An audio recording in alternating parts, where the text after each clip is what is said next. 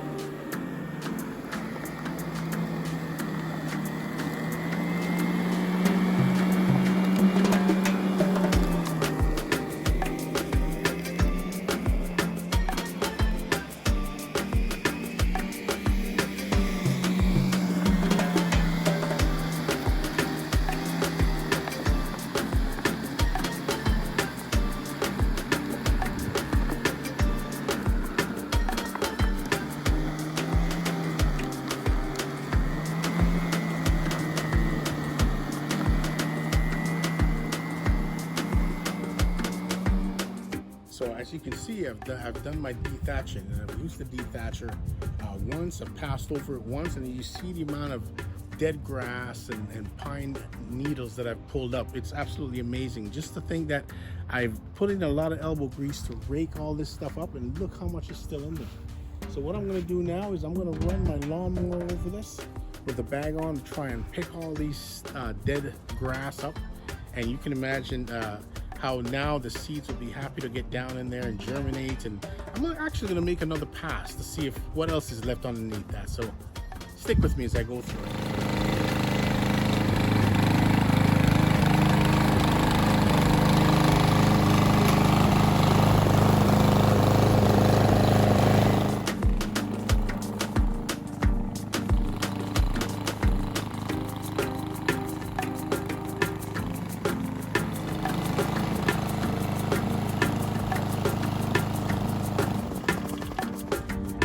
you can see, guys, just running the lawnmower over the all the dead stuff that's been sitting there. Now finally this grass can breathe. Just imagine how hot the grass is now that it can actually breathe.